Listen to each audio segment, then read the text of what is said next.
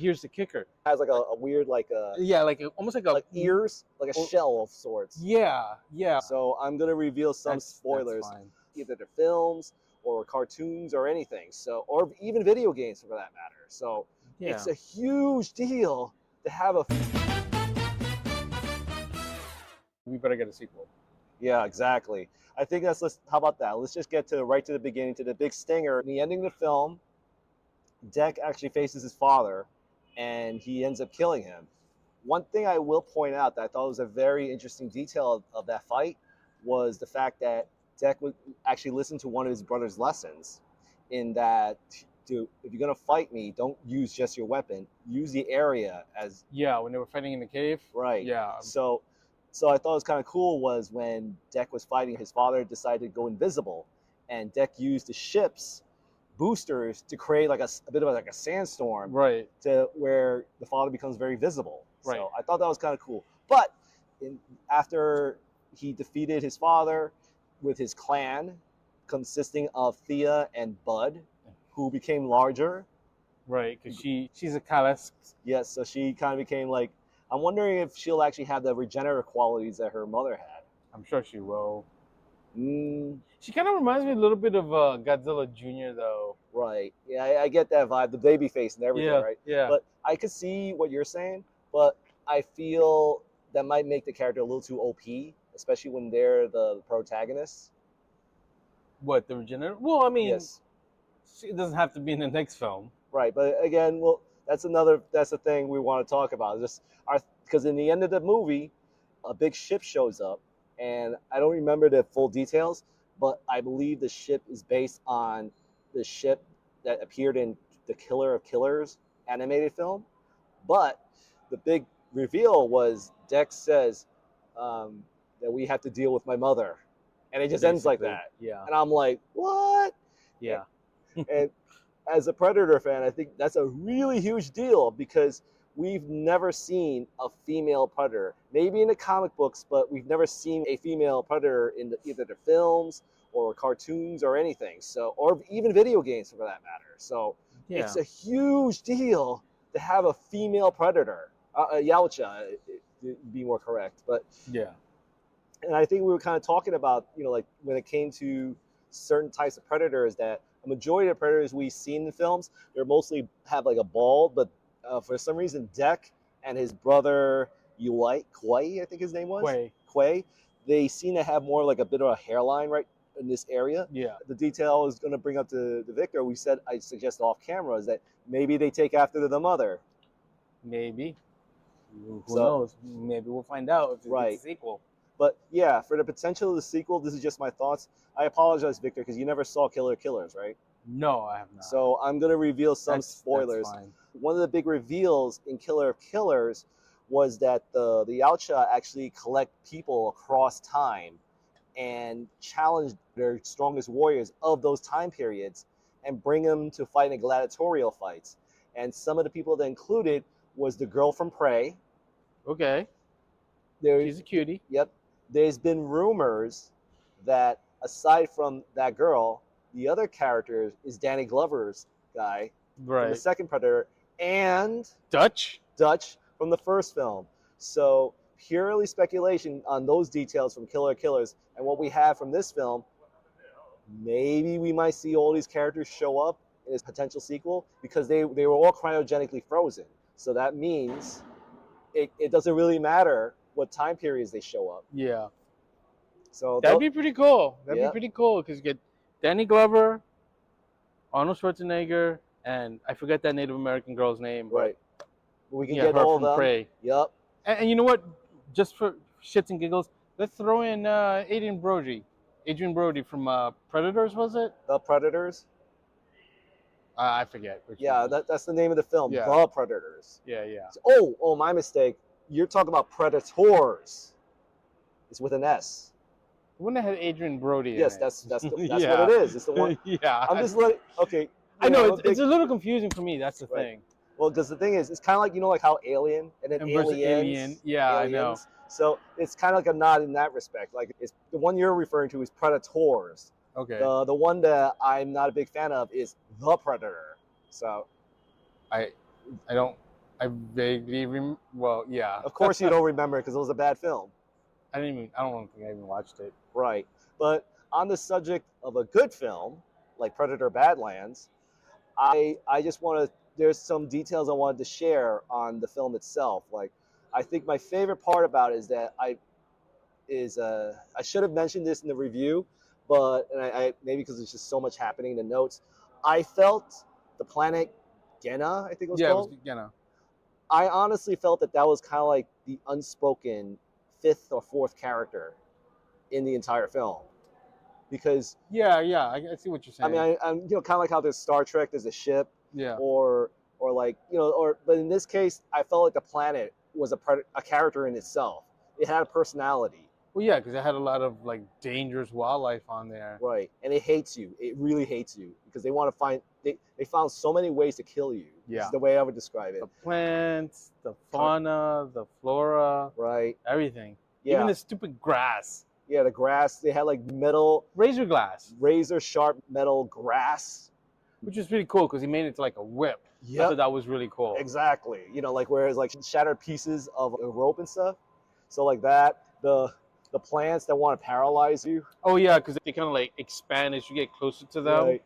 And like if you make a sudden move, like it explodes, and Yes. and it has like this paralyzing poison. But here's the kicker: there's this weird like kind of like it's almost like a pterodon sort of thing. Yep. And it picks up like rocks and dirt and it throws it in the field of them when Right. it sees a potential prey in there. Yes. So when Deck is in there just trying to get through, like this creature's like swooping in and tossing like. Would you go as far as saying a predator? Yes, but Victor makes a good point. It's like there's so much world building in this this movie. Like they're telling stories within stories about how this creature, whatever the hell that thing was, it's actually you're seeing his activities and how he kills his prey and stuff. Right, because there's also was it the bone bison? Yeah, the bone bison in the field of the razor. Yes. Of the glass. Or was it glass? Yes. Yeah, the razor grass. Yeah, the razor grass. We'll call it razor grass for now. Yeah, I don't think that was the exact name. Bone bison. Yeah, where it kind of has like a weird like a. Yeah, like almost like ears, like a shell of sorts. Yeah, almost kind of like a clam, but not a clam. Right.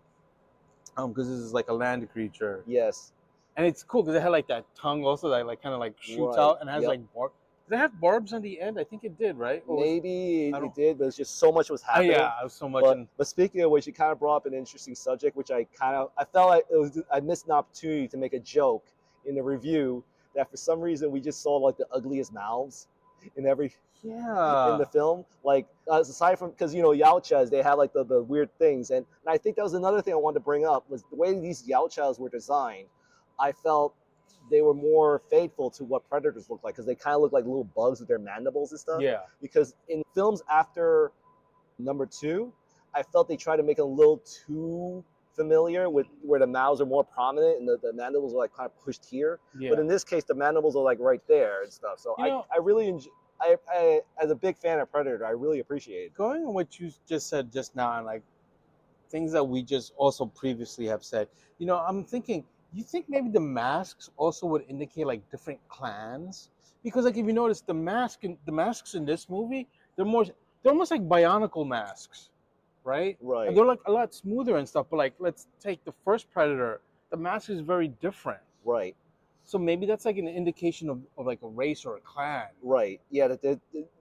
You're bringing up a good point because like you could tell who's who based on those masks. Yeah. So like maybe that's a clan where. That's one clan, and maybe we'll see another clan and stuff. So who knows what, going back to the subject of Predator sequels, who knows what kind of clans we'll see who wear different masks. But yes, like just, again, I just want to bring back to like how, I won't say silly, but very unique, and how each creature had like just an odd looking mouth. It's like they took full advantage. They'll say, hey, you remember, you think you've seen mouths before with Predators, look at all these things we got here, man. Yeah. But again, the creatures were just so amazing and stuff. No, it was very imaginative and a lot of good world building in this movie. Right. I mean, I was, like I said earlier, like I was fully immersed in this movie and I just wanted to see everything. Right. And like also like there was like a lot of quick thinking that kind of kept you moving. Like when he's fighting the bone bison. Yes. Like was like, oh, let me just chop down this tree to like Yeah, take it it's down. almost how to. Sorry for cutting you off. No, Just it's okay. I'm thinking that it's almost like, why didn't I think of that kind of thing? Yeah, yeah. No, definitely. I mean, it's like, see, like, I'm thinking so much also, like, it's just, Again, I think this is the reason why Victor and I really enjoyed the film. Well, I'll say for myself. no, I really enjoyed it too. Yes, I'll say for myself is that I feel this movie does what I wish a lot of other films do. Is it makes you think, and it makes you get your own ideas and try, and kind of just really sparks your imagination Yeah, where you can go with a film like this. yeah.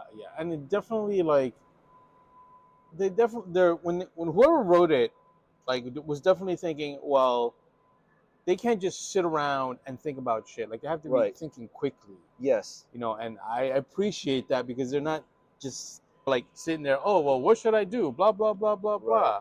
It's I like, you got to be quick about it. I'm gonna go on a limb and say that a lot of this is Dan Trachtenberg, Yeah. because the thing we have to realize is that he was responsible for Prey, and during that time, the last movie before Prey was The Predator, which is the film that nearly killed the franchise. Right. And when Prey came out, it was straight to streaming services. Right, because Prey was on Hulu. Right, but the thing is, that film was so well received. Yeah. That it gave Trachtenberg like the helm to launch a new Predator franchise. Yeah. We started with Prey, then to Killer of Killers, and this film. And I believe he's I haven't checked it out. Sorry for mumbling, but it's just, I don't know if he's like a big Predator fan, but it's really, if he is, it shows. It kind of, would you say it's fair that he's kind of like the Dave Filoni of Predator, where like Dave Filoni kind of like mentored under George Lucas, so like he has Yes. a really good grasp of the Star Wars universe, versus say someone like, I don't know, Kathleen Kennedy. Mm-hmm. I would agree based on that context. Yeah. Like that I think we got a great guy in here working on this film. Again, which brings up to my big pet peeve is a lot of people who consider themselves purists. I honestly feel that you're hurting the franchise for Hey man, your if you're little gonna be a criticisms. purist, just watch the first movie and leave it at that and shut the hell up. Yes. But if you want to, let go of these bad habits, I don't know if bad habits is the right word, but it's just things that I feel you're doing a disservice to yourself. Yeah, just stop being negative. Right. Yeah, I feel this is a great film. But yeah, aside from, is there any other spoilers you want to cover or anything? Wayland Yuanti. Utani, right. Dude. Like, if it wasn't obvious before, it is so fucking obvious now. Yes. That the Alien and the Predator universes are connected. Yes. But I would say that I think they did a very healthy approach to connecting. It's not as blunt as they usually did. Granted, there are hints, like the power loader and stuff. And, oh, yeah. That reminds me, oh my God. The power loader. The power loader scene, like, I kind of hinted on this before in the non-spoiler review, is that I feel like they kind of did like a lot of flipping of scripts on scenes. Like, because like for those who remember the Aliens film, the final act was Sigourney Weaver, Ripley, using a power loader to fight against the alien queen. Mm-hmm. And in this movie, they kind of flipped the script in where, that's one of the big plot twists, is that the Calyx creature, which was like the focal point for Deck, the main character, to just hunt. the movie in general, really. Exactly. I mean, because it was also Thea's.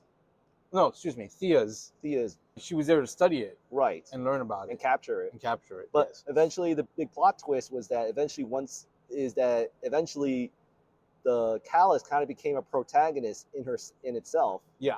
And the power loader in this film was led by one of the main villains of this film. Tessa, yes. Thea's sister. Yes. Yeah, so I thought that was kind of cool that they kind of flipped the script and stuff. And I thought it was interesting that she actually had the shoulder cannon as part of her strategy of fighting Deck. Yeah, that was really cool. Yes. And I don't know about you, and I say this as a compliment, I kind of felt like there was like a super big boss battle. Yeah, no, it totally felt that way. I mean, dude, that power loader was more than just a power loader, because if you notice, when like a Tessa is fight, yeah, exactly, the buzzsaw, I'm like, God damn it. Yeah, buzzsaw. She had the shoulder cannon to shoot long range and stuff. It's like, man, that power loader got to glow up. It definitely did. That's what you get for CG graphics. I know. Again, you guys got to stop complaining about CG. We're kind of It has its place. exactly. So, but yes, I thought it was great. I thought the a lot of the fights were cool. Yeah. I especially enjoyed the final fight with Deck and his father. That was pretty cool, but you know what was also I thought was pretty cool Yeah. was Thea fighting herself. No, excuse me. Fighting the, Herself fighting the other synths to get to the other half of herself. Because right, it was like you just see like her legs going through the base and like right, and then like Deck is like taking out all the other synths yes, and Bud too. right. And then at some point, you know, like she has to fight the guards Her that lower are right torso, by yes. yeah. Because if just to let you know, in the film, through most of Act 1 and 2, Yeah. Thea is pretty much only her torso, Right. and And her eventually, arms. right, her arms and her torso, and eventually she was able to find her legs, and the legs actually became another character. Right. Right. Yeah. And that was in the second act that they found her legs. Right, But they never got connected because of the fight with the Calyx. right. And then the third act, the legs kind of became like again, they became their own character, Yeah. and it even had their own personality to a degree. Kind of right? did, yeah. It was so cool because like they high fived, but it wasn't like the legs just kind of like kind of Slapped like it with a foot. yeah, exactly. There was a lot, you know, A lot of for character. an action movie. There was a lot of like I thought Personality. a personality, yeah, but also like there was quite a bit of humor. Mind you, it's not a complaint. It's just an Right. observation. It was quite a bit of humor because I kind of laughed out loud quite a bit in that movie. Yes. Again, like I think we're at that point where humor has become very oversaturated with our action films, but I also believe that's just from what I've seen in a lot of films. Right. But I should say, in the matter, I still feel there is a place for humor, and it's all about balance. Yeah, and this movie definitely had that. It definitely was balanced. You know, like humor at the right spots, and you know, like there were parts where like there was humor, but unless you're really paying attention to what's going on, like when they were in the campfire, right?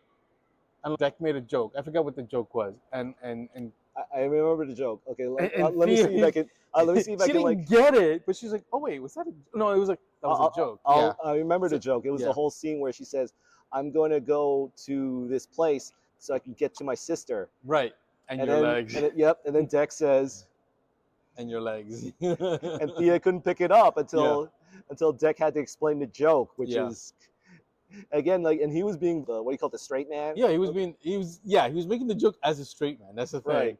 And Thea picked it up and said, "Hey, is that a joke?" So Yeah, and he's just like, whatever. right, exactly. He was trying to be the tough guy in the Yeah. group. So, but yes, ultimately, I feel there was just so much to this film. I mean, like, I definitely want to buy this film and watch it over again. Yeah, definitely. Yeah, definitely. Like, it would be a disservice to say get the DVD, even though I kind of want to say get the DVD, but get the Blu-ray. Yeah, get the Blu-rays.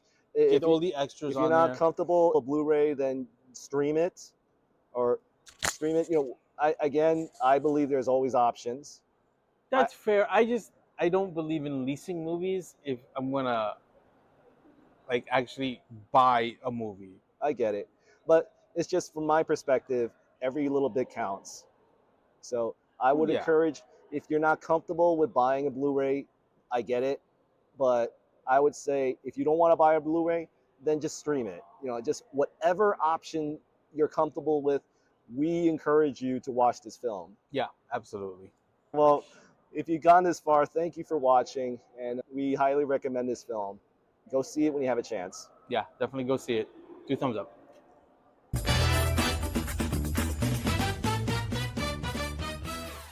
Any last words?